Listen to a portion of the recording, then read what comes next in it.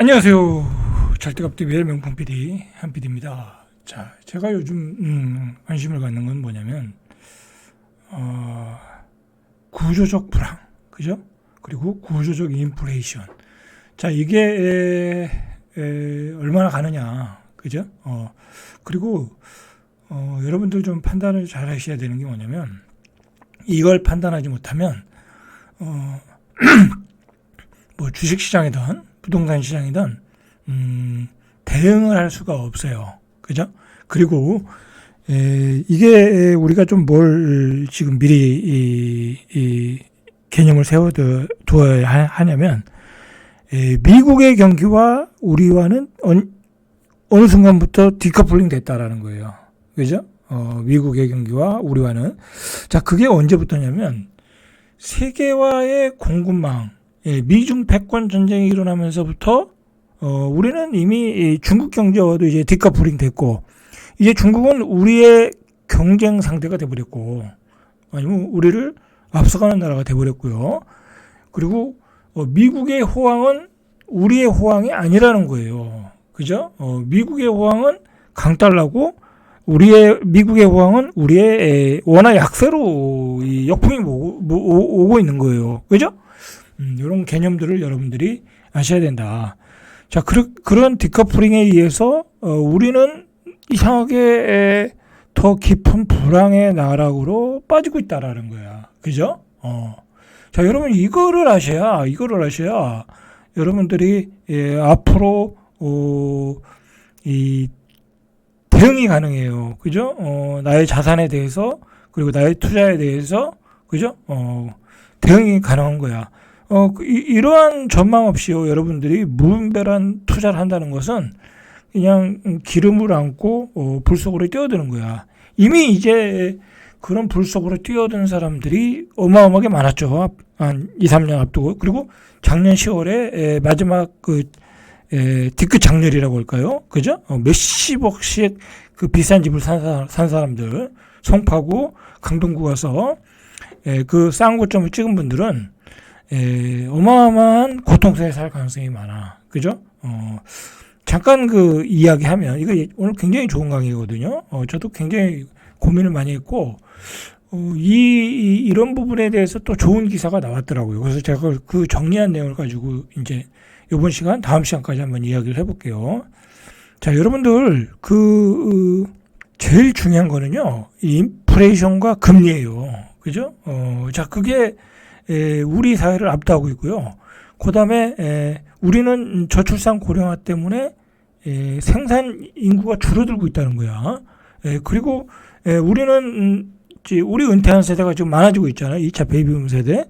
그 사람들은 이제 저축한 돈을 이제 소비하면서 살아야 돼. 그죠? 그러면 이 오늘의 전반적인 이야기 중에 하나가, 그런 생산 인구의 감소로 인해서 저축률이 줄어든다. 그리고 우리는 뭐 의료비를 써야 되고, 그리고 자식들 부양하고 그렇게 소비를 해야 된다라는 거잖아요. 자, 그러다 보면 결국은 시중에 돈이 마른다는 거야. 왜냐면 은행에 돈이 많아야 그게 쌓여가지고 그게 유동성이 돼가지고 경제가 돌아가는 거잖아요. 그죠? 근데 이제 그렇게 할 수 없다라는 거야. 한 번은 이제 팬데믹 때는 돈을 많이 풀어서, 그죠? 연준에서 풀어가지고 그렇게 했지만은 그 부작용을 우리가 경험했기 때문에 이제 그렇게 하기도 쉽지 않다라는 거야.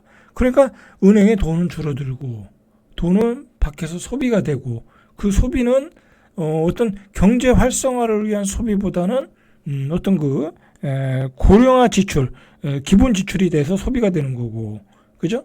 그러다 보면 인플레이션이 일어날 수밖에 없다. 좀 얘기가 산만하긴 한데요. 잘 들어보시길 바래요. 자, 그래서 이런 구조적 인플레가 되는 몇 가지 이유가 있는데, 대표적인 게 이거죠. 탈세계화가 됐다. 그리고 글로벌 공급망이 깨졌다. 그죠? 그래서 대규모 투자가 인플레이션을 한 단계 이끌고 있다. 그러니까 예전에는 서로 세계의 중국과 사이가 좋을 때는 그 공급망을 이용해서 저가 제품을 만들어서 인플레이션을 눌러왔죠. 그런데 그게 깨졌다라는 거야. 예, 그렇죠. 그러면서 중국의 의존도를 낮추고 그리고 첨단 산업과 핵심 설비 인력을 내재화하는 재산업 과정에서 비용이 상승했다. 당연히 이제 우리나라의 각국의 자국 가까운 나라에 더 투자를 하다 보니까 투자비가 더 늘었을 거 아니에요.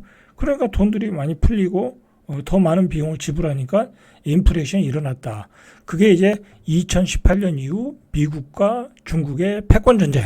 자, 이게 원인이었다라는 거예요. 그래서 기업들이 비용을 줄이기 위해서 신흥국으로 생산을 외주화하는 결정이 조달 비용과 공급망의 안정성을 위협했다는 사실을 깨닫게 됐다. 자, 우리 입장에서도 중국에서 다 철수했죠. 그래서 어디로 갔어요? 베트남으로 갔잖아요. 그죠? 그리고 또 인도로 갔고, 그죠? 그렇게 된 거예요. 우리 중국 공장 다 폐쇄하고 그러다 보면 우리 기업들도 비용이 많이 늘었겠죠. 그 얘기예요. 그런 과정에서 인플레가 일어났다. 왜냐하면 중국보다는 베트남이 비싸니까. 자, 그래서 결국은 비싼 노동력, 비싼 원재재를 사용했다. 중국보다는 베트남이 더 비싼 거예요. 그죠? 미국의 입장도 마찬가지예요. 미국도 중국, 러시아에서 다 철거했잖아요. 철수했잖아요. 그죠? 그리고 또 우크라이나 전쟁도 그런 점에서 굉장히 기여를 했고, 자, 이 비용을 낮은 해외 생산 시설을 구축하는 오프쇼어링이 마무리되고 해외 이전 생산 시설을 다시 자국으로 들어오는 리쇼어링, 그다음에 신뢰가 쌓인 나라 프렌드 쇼어링, 우리 같은 경우는 베트남, 그죠? 그리고 인접국에 구축하는 니어쇼어링, 이런 게 활발하게 진행되니까 노동력이 비싸졌다. 원자재가 비싸졌다. 우리 불과 몇 년 전에 거기다 이제 팬데믹까지 겹치면서 돈이 풀리면서 원자재 가격이 급등했죠. 그죠? 중간재도 급등하고, 그러면서 우리가 엄청난 인플레를 경험했고, 그때 미국은 금리를 확 바짝 올렸죠. 그러면서 인플레를 잡겠다. 자, 여기까지 오게 된 거예요. 그죠? 여러분들 이런 구조를 아셔야 돈의 흐름, 그죠? 어떤 상품의 흐름, 그런 게 알 수 있는 거예요. 여러분들 코인이라는 게 언제부터 우리가 폭등했어요? 본격적으로 폭등한 게 2017년이잖아요. 그죠? 2017년이 바로 그 공급망이 깨지고 현금은 쓰레기다 라고 할 때부터 폭등한 거예요. 그죠? 자, 그 다음에 두 번째로 이런 구조적 불안과 인플레이션을 초래했던 것은 팬데믹을 거치면서 임금 상승이 일어났다는 거예요. 당연히 이제 중국의 저가 생산 인력을 못 쓰고, 그 다음에 팬데믹 때문에 사람들이 일을 안 하고 고향으로 돌아가고, 그러면서 임금 상승이 됐고요. 그 다음에 일을 안 하니까 사람들이 먹고 살 수가 없었잖아요. 팬데믹 때 복지를 확대해 줬죠. 그죠? 근데 복지를 확대해 주니까 사람들이 일을 안 해. 그죠? 일을 안 해. 이게요, 1930년대 공황 이전 그런 초기 자본주의에서는 물가가 상승하면 수요가 감소했어. 그죠? 물가 상승하면 수요가 감소하는 거예요. 이때는 복지가 없었어. 뭐 복지, 뭐 포인트를 주는 것도 아니고, 그죠? 그런 게 전혀 없었잖아요. 1930년대 자본주의 그 대공황 이전에는. 그러니까 물가가 하락해. 그 다음에 물가가 하락하니까 다시 수요가 증가해. 그리고 물가가 다시 상승해. 이런 반복되는 인플레이션의 변동성이 있었다라는 거야. 그러나 대공황 이후에는 어떻게 했어요? 물가가 이 수요가 감소하면 어떻게 했어요? 금리를 내렸잖아요. 시장에 돈을 막 푸는 거야. 푸는 과정에서 복지를 주는 거야. 복지 혜택을 주는 거야. 그러면서 수요를 진작하고 경기 활성화하는 거야. 우리는 그런 체제로 변했는데 그런 체제로 결국 가다 보니까 뭐 결국은 뭐예요? 저출산 고령화와 맞물려 가지고 인플레이션이 일어나더라는 거예요. 그리고 사람들은 일을 안 하더라는 거야. 그죠? 그런 일을 안 하니까 어떻게 돼요? 다시 임금이 상승하는 그런 악순환을 겪고 있더라는 거야. 그런데다가 또 출산도 안 해. 인구도 줄어들고 있어. 그러니까 지금 세계는 뭐 세계와 우리나라 전부 포함해서 구조적 인플레이션으로 들어갔다라는 이야기를 이 글에서 하는 거예요. 그죠? 상당히 일리가 있어요. 자, 또 보시죠. 많은 복지를 주니까 사람들이 노동시장에서 이탈하더라는 거예요. 그래서 여러분들 어떻게 보면 우리나라도 그렇고 유럽도 그렇고 좌파와 우파와의 대립이라는 것은 결국 그런 거예요. 우파는 이 복지를 줄이려고 그러고 좌파는 복지를 늘리려고 그러고 근데 복지를 늘리다 보니까 부작용이 나오고 임금 인상도 일어나고 그리고 출산도 없어지고 그러니까 우파가 일어나고 우파도 자꾸 우파 가지고는 안 되니까 극우가 일어나고 다 그런 사회적 작용 반작용으로 일어난다라는 거예요. 그죠? 어떻게 보면 우리가 좌파 우파의 대립은 이런 경제적인 상황에서 기초한다라고 보시면 되는 것 같아요. 그죠? 자, 이미 이런 경제학자들이 발표한 어떤 책들에 보면 1960년대 말 리든 존슨 미국 대통령의 위대한 사회 정책에서 추진된 이제 미국은 60년대 이제 이런 정책을 추진했나 보죠. 사회보장, 실업급여, 노동계약 이런 복지 정책을 사람들에게 주었더니 물가가 상승하더라도 최소 수요 수단을 유지할 수 있는 기반을 줬다는 거예요. 당연하죠, 그죠? 사회보장 해줘, 뭐 취업상, 실업상 줘, 그죠? 그다음에 노동자의 권리를 지켜줘. 자 그러다 보니까 아무리 경제가 어려워도 먹고 살 수 있다는 거야. 쉽게 얘기해서요. 예를 들어 어떤 뭐 조선업에 종사하는 노동자가 용접을 하는 노동자가 한 300만 원을 받고 일했는데 잘렸어. 그죠? 안 좋아가지고. 근데 실업급여로 한 200만 원 줘. 그러면 일하기가 싫은 거야. 뭐 내가 뭐 100만 원 더 벌려고 가서 일하겠어? 그죠? 그렇게 되는 거예요. 그죠? 그 복지 정책을 결국 실행한다는 것은 노동자들이 공장으로 노동자들이 돌아오는 길을 어떻게 보면 차단할 수 있다라는 거야. 그래서 우파들은 끊임없이 이런 것을 줄여야 된다. 그죠? 축소해야 된다. 그런 얘기가 나오는 거예요, 이게. 그죠? 어떻게 보면 일리가 있는 얘기예요. 만약에 복지를 계속해서 준다고 하면 이 힘든 일을 하는 노동자들, 뭐 어떤 노동자들이든지 일을 안 해요. 일을 안 해. 그러니까 저는 그렇게 생각해요.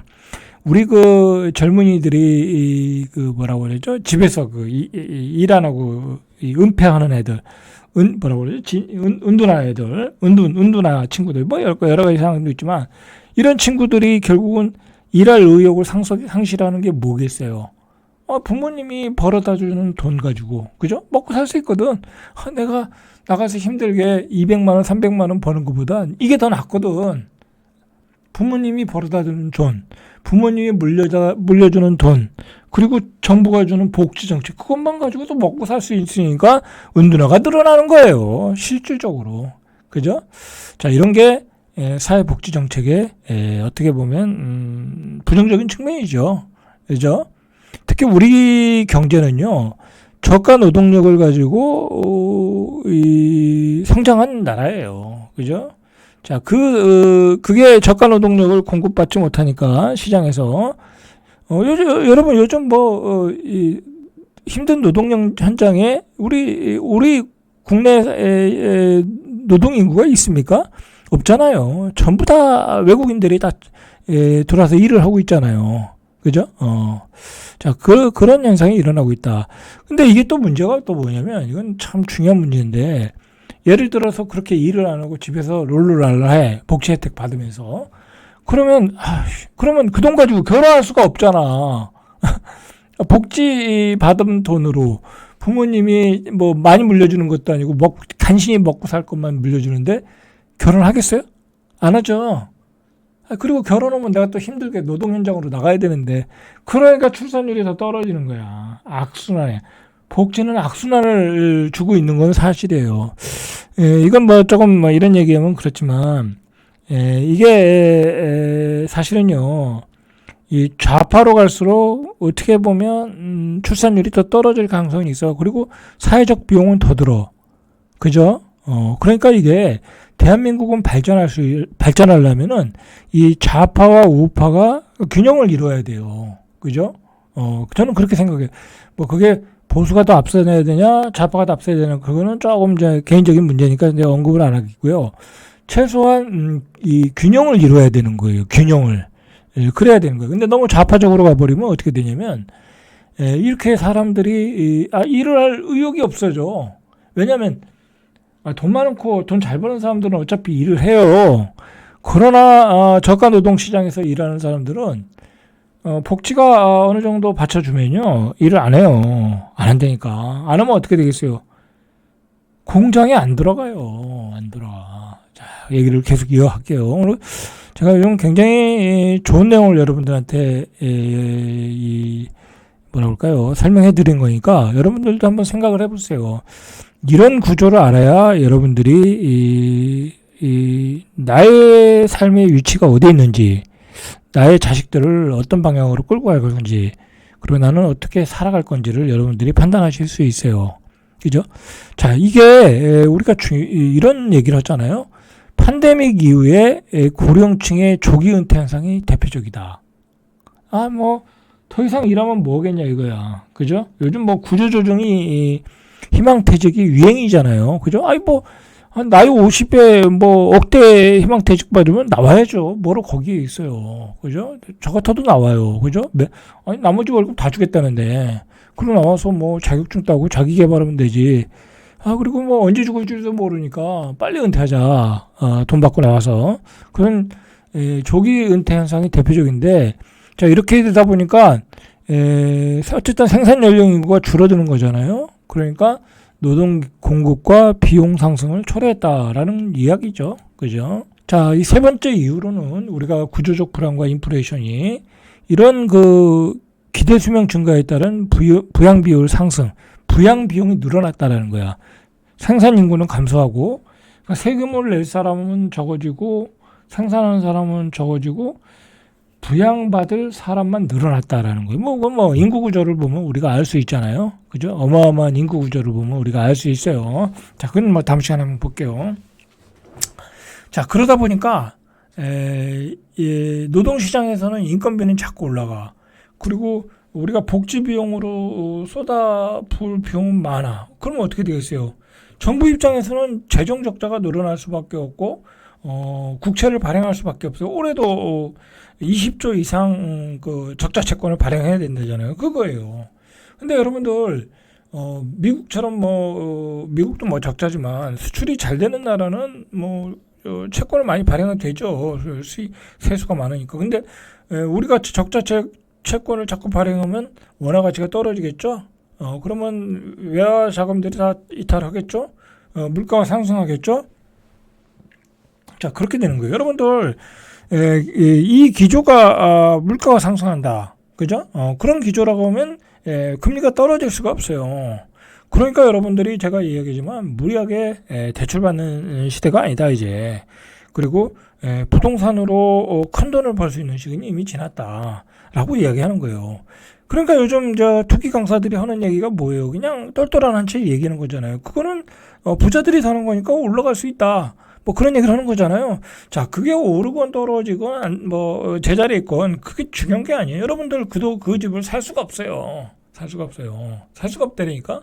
지금 가격도 살 수가 없는 가격이에요. 그리고 사봤자 내가 살려면 그 돈이 있어 사봤자 별 효과가 없어요. 내가 40억에 샀는데, 그게 아주 잘 돼서 80억 됐어.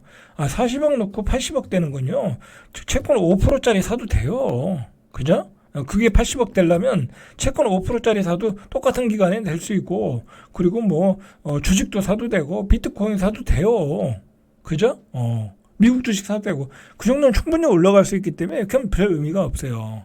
그러니까 요즘 투기 강사들이 하는 얘기가 그런 얘기예요. 뭔 얘기냐면, 이거 똘똘한 한치가 올라가니까 나머지 집도 올라간다. 그건 옛날 얘기예요, 옛날 얘기. 전체적으로 밑바닥부터 다 올라와줘야 그 위에 상단에 있는 아파트 가격도 올라가는 거예요. 그죠? 옛날 얘기를 하고 있더라고.